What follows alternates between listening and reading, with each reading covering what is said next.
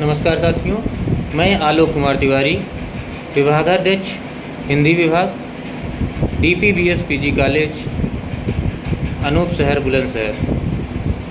आज हिंदी दिवस के अवसर पर मैं आपके समक्ष अपनी कुछ बातें रखना चाहता हूँ। हिंदी दिवस मनाने की जो परंपरा है, ये प्रारंभ होती है हिंदी को संविधान में संवैधानिक दर्जा मिलने के साथ। 14 सितंबर सन 1949 ईस्वी को हिंदी को भारतीय संविधान के भाग 17 के अंतर्गत अनुच्छेद 343 में अनुच्छेद 343 से 351 के मध्य राजभाषा का दर्जा मिला। भारतीय संविधान में के अनुच्छेद 343 में लिखा गया कि हिंदी जिसकी लिपि देवनागरी है, संघ की राजभाषा।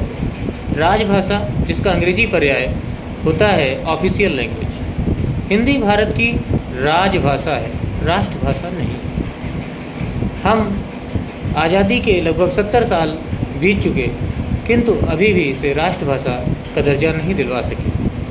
और शायद इसी संकल्प को पूरा करने के लिए हम हर वर्ष हिंदी दिवस का ये समारोह मनाते हैं। हिंदी को राजभाषा का दर्जा न मिलने के पीछे एक बड़ा कारण यह भी था कि अहिंदी भाषी राज्यों ने इसका पुरजोर विरोध किया था। हिंदी को वे उतना ही विदेशी समझते थे जैसे उत्तर भारत वाले अंग्रेजी को। इसको राजभाषा का दर्जा मिला और राष्ट्रभाषा का दर्जा नहीं मिल पाया। इसका एक और बड़ा कारण ये था कि संकुचित राजनेताओं ने अपनी संकुचित राजनीति के कारण इसे राजभाषा ही रहने दिया, राष्ट्रभाषा नहीं बनने दी। कुमार विश्वास जी की कुछ पंक्तियाँ इस संदर्भ में बड़ी प्रासंगिक प्रतीत होती हैं कि साथ रहे तो सबसे बेहतर, दूर रहे आभारी है। सत्ता की कविता से केवल इतनी रिश्तेदारी है। साथ रहो तो सबसे बेहतर, दूर रहो आभारी है। सत्ता की कविता से केवल इतनी रिश्तेदारी है। सारी दुविधा प्रतिशत की है, सच कितना बोला जाए। गूंगे सिखा रहे हैं हमको, मुँह कितना खोला जाए। वास्तव में सत्ता ने भी हिंदी के साथ सौतेला व्यवहार किया है। उसकी राजनीतिक मंशा पुष्ट नहीं रही है और इसी कारण आज हिंदी राष्ट्रभाषा का दर्जा प्राप्त नहीं कर पाई है। हमारे लखनऊ विश्वविद्यालय के वरिष्ठ प्रोफेसर सूर्यप्रसाद दीक्षित जी कहते हैं कि हमारे मौलिक चिंतन का विकास, हमारे मौलिक शोध का विकास केवल स्वप्न की भाषा में हो सकता है। कोई भी कितना भी अंग्रेजी बोल ले, लेकिन वो स्वप्न अपनी मातृभाषा में ही देखता है। हमारा जितना भी मौलिक चिंतन होगा वह हमारी मातृभाषा में ही होगा और हमारी मातृभाषा हिंदी है। तो हिंदी में ही हम जब मौलिक चिंतन करते हैं तो हिंदी ही हमारी विकास की भाषा हो सकती है, हमारी निर्माण की, हमारे सृजन की भाषा हो सकती है, जिसमें हम कुछ मौलिक सोच सकते हैं। हमारे यहाँ विडंबना यह है कि हमारे यहाँ का अधिकारी पहले हिंदी में सोचता है, फिर अंग्रेजी में अनुवाद कराता है, फिर उसे हिंदी में समझता है। हमें इस हीनता ग्रंथि से बाहर निकलना होगा और तभी हिंदी दिवस मनाने का या हिंदी को राष्ट्रभाषा बनाने का जो संकल्प है हमारा, उस पर पंख लग पाएंगे। हिंदी बीज है और संस्कृत पेड़ है। बीज बचेगा तभी संस्कृति बचेगी। 1899 ईस्वी की बात है। स्थान है Los Angeles. Los Angeles America में हमारी ज्ञान परंपरा के शिखर पुरुष स्वामी विवेकानंद जी से किसी विदेशी ने पूछा, हाउ यू स्वामी जी। स्वामी जी ने कहा, मैं ठीक हूँ। विदेशी ने सोचा कि स्वामी जी को अंग्रेजी नहीं आती, तो उसने टूटी फूटी ही हिंदी में पूछा, स्वामी जी आप कैसे हो? स्वामी जी आप कैसे हो? हमारे देश में आपको कैसा लग रहा है? स्वामी जी ने कहा, I am good and your country is so beautiful. अब वह असमंजस में पड़ गया। उसने कहा, स्वामी जी जब मैंने पूछा कि जब मैंने अंग्रेजी में पूछा तो आपने हिंदी में जवाब दिया, जब मैंने हिंदी में पूछा तो आपने अंग्रेजी में जवाब दिया, ये क्या बात है? स्वामी जी ने कहा, जब आपने अपनी राष्ट्रभाषा में प्रश्न पूछा तो मैंने उसका उत्तर अपनी राष्ट्रभाषा में दिया, किंतु जब आपने हमारी मातृभाषा का सम्मान करते हुए हिंदी में प्रश्न किया तो मैंने भी तुम्हारी भी माँ को सम्मान देते हुए तुम्हारी मातृभाषा में उत्तर दिया। फर्क यही है कि हमें किसी का विरोध नहीं करना, हमें हिंदी को स्थापित करना है, हमें अंग्रेजी का या किसी भाषा का विरोध नहीं करना। बहुभाषी होना गलत बात नहीं है, भाषाओं का अधिक ज्ञान बुरा नहीं है। बुरा यह है कि हम अपनी ही भाषा को पराई बना दें। हमें इससे निकलना होगा। हम देखते हैं, हम एटीएम में जाते हैं और एटीएम में जब जाते हैं तो एटीएम और हमारे मध्य कोई तीसरा व्यक्ति नहीं होता है, लेकिन जब भाषा का विकल्प आता है, भाषा चुनने की बात आती है तो हम अंग्रेजी को चुन लेते हैं, क्योंकि हमें 1000 लिखना आसान लगता है, 1000 लिखना मुश्किल लगता है। हमें अपनी इस हीनता से निकलना होगा, हमें इस हीनता से बाहर आना होगा। हिंदी अध्यापकों से मैं विशेष अनुरोध करना चाहूँगा कि गणित, विज्ञान, वाणिज्य की तरह हमें हिंदी पढ़ाने का भी जो लक्ष्य है उसे सुनिश्चित करना होगा, उसे स्थापित करना होगा। बिना लक्ष्य को निर्धारित किए हम छात्रों के जीवन में आमूलचूल परिवर्तन नहीं कर सकते। लक्ष्य होगा तभी विकास होगा, तभी उन्नति होगी। मसलन एक गणित का अध्यापक जब गणित पढ़ा रहा होता है तो अपने विद्यार्थी के कहता है कि तुम अगर गणित अच्छा पढ़ोगे तो अभियंता बन जाओगे। इसी तरह वाणिज्य का अध्यापक अपने छात्र को बताता है कि वह सीए बन जाएगा।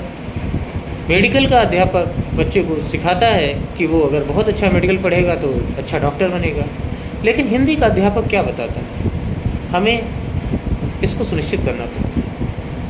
जब हम इसके गहराई में जाते हैं तो हम पाते हैं कि हिंदी एक करियर बनाने का मात्र एक साधन नहीं है, बल्कि इससे आगे की चीज़ है। हिंदी प्रोफेशन से बहुत आगे की चीज़ है। हिंदी समाज खड़ा करने का आयाम है। हिंदी का उद्देश्य समाज खड़ा करना है, प्रोफेशनल खड़ा करना नहीं है। उदाहरण के तौर पर अगर कोई एक अच्छा इंजीनियर जिसने इंजीनियरिंग बहुत अच्छी पढ़ी है लेकिन उसने संस्कारों का ज्ञान नहीं, उसने साहित्य से जुड़कर शिक्षा नहीं प्राप्त की है, तो उसका हाल कैसा होता है आप देखिए। उसामा बिन लादेन बहुत अच्छा इंजीनियर था, लेकिन उसमें जो है संस्कार नहीं पैदा हुए। उसने साहित्य से जोड़कर नहीं पढ़ाया गया। उसने साहित्य के जो धर्म थे, साहित्य का जो गुण था, उसको आत्मसात नहीं किया। तो उसका परिणाम क्या हुआ? वो एक बहुत बड़ा जो है टेररिस्ट बना, बहुत बड़ा आतंकवादी बना, और जहाँ समाज को उसे सृजन करना था उसने संहार करना प्रारंभ कर दिया। एक दरोगा बन जाता है। हम अपनी शिक्षा से एक दरोगा तैयार कर देते हैं, एक पुलिस अधिकारी तैयार कर देते हैं, किंतु वह दरोगा करप्शन करता है, घूस लेता है, गरीबों पर अत्याचार करता है। अगर उसी दरोगा को हम उसी के समानांतर जब हम उसे पढ़ा रहे थे तो उसे हिंदी साहित्य भी पढ़ाते, और हिंदी साहित्य के पढ़ाने के साथ साथ हम प्रेमचंद की नमक का दरोगा कहानी पढ़ाते और उसे समझाते कि उसे वंशीधर जैसा दरोगा बनना है जो ये कह सके निर्भीक होकर कि मैं उन नमक हरामों में से नहीं हूँ जो कौड़ियों के भाव अपना ईमान बेचे। वास्तव में हमने दरोगा तो बना दिया, हमने इंजीनियर तो बना दिया, लेकिन हम अच्छा इंसान नहीं बना पा रहे। और जब तक एक अच्छे प्रोफेशनल के साथ एक अच्छा इंसान नहीं तैयार होगा तब तक हमारी सारी अवधारणाएं, सारी मेहनत बेकार जाएगी। अगर किसी बच्चे को जब हम इंजीनियरिंग की पढ़ाई पढ़ा रहे थे तो सुमित्रानंदन पंत के बारे में भी पढ़ाया होता और उनके प्रकट प्रेम के बारे में अवगत कराया होता, तो शायद वह बच्चा सारे पहाड़ों को नंगा करके सड़क ना बना दिया होता। हमने उसे केवल इंजीनियरिंग पढ़ाई तो उसने सड़क काटी, उसने पहाड़ काटे और सड़कों का निर्माण कर दिया, और इस तरह कर दिया कि सारे पहाड़ नंगे हो गए।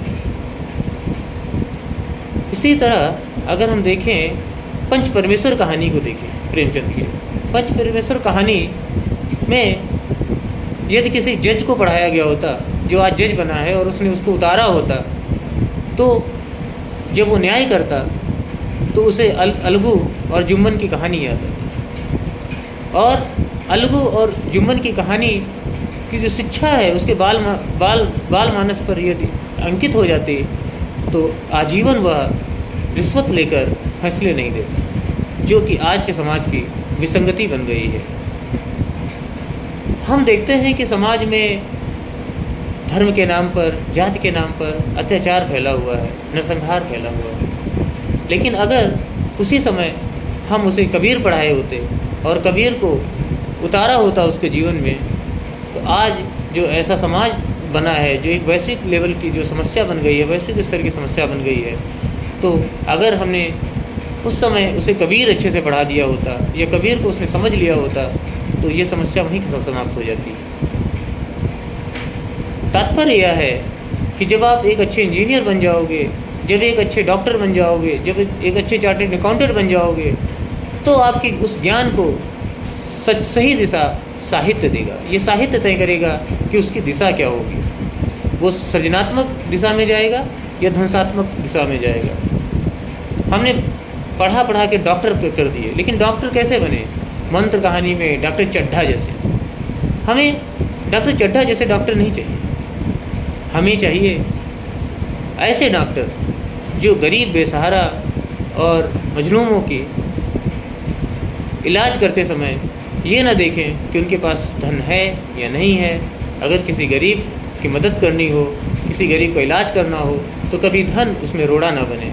हमें ये सुनिश्चित करना होगा, और ये तभी संभव होगा जब हम साहित्य से इंजीनियरिंग को, मेडिकल को, कॉमर्स को, इन सबको जोड़कर हम पढ़ाना प्रारंभ करेंगे। हम साहित्य की महत्ता को सुनिश्चित करेंगे, साहित्य के लक्ष्य को सुनिश्चित करेंगे। जब हमारा संविधान बना तो संविधान में लिखा गया कि India that is Bharat shall be union of states. India जो कि भारत है, राज्यों का एक संघ होगा। इंडिया डेट इज भारत, हमें यही रह गई। हमें इंडिया डेट इज भारत नहीं चाहिए था, हमें भारत डेट इज इंडिया चाहिए था। हमें ऐसी रिफॉर्म प्रक्रिया से गुजरना होगा, हमें ऐसे सुधार करने होंगे कि इंडिया डेट इज भारत के स्थान पर भारत डेट इज इंडिया, और उसके बाद भारत डेट इज भारत किया जाए। और जब ऐसा कर दिया जाएगा तो किसी हिंदी दिवस की आवश्यकता नहीं पड़ेगी। हिंदी अपना साम्राज्य स्वयं स्थापित कर लेगी, इसमें कोई संशय नहीं है। आपने देखा होगा कि कोयल हमेशा स्वतंत्र रहती है और तोता गुलाम बना रहता है। तोता गुलाम क्यों बना रहता है? बस इसका एक ही कारण है कि तोता दूसरों की भाषा की नकल करता है। हम भी दूसरों की भाषा को नकल कर करके एक सांस्कृतिक दास्ता का शिकार हो गए। हमें कोयल की तरह स्वतंत्र रहना है, हमें दूसरों की भाषा की नकल करके तोता नहीं बनना, और तोता बनकर हम गुलाम बन जाएंगे। हमें इस बात पर ही ध्यान देना है। अंत में मैं अपनी बात को बस इन शब्दों के साथ समाप्त करता हूँ कि मजहब नहीं सिखाता आपस में वैर रखना, हिंदी है हम वतन है, हिंदी हिंदोसिता हमारा। हमें सीखना चाहिए इंडोनेशिया जैसे देश से। इसमें 17,000 द्वीप हैं, लेकिन उसकी एक अपनी इंडोनेशियाई भाषा है। इसी तरह हमें भारत में भी एक भाषा, एक ऐसी भाषा जो बहुभाषिकता हमारी कमजोरी नहीं है, हमारी शक्ति है, लेकिन हिंदी को एक राष्ट्रीय भाषा के रूप में स्थापित करना होगा, और तभी हमारे हिंदी दिवस मनाने का संकल्प पूरा हो पाएगा। जय हिंद, जय भारत, जय माँ हिंदी। नमस्कार।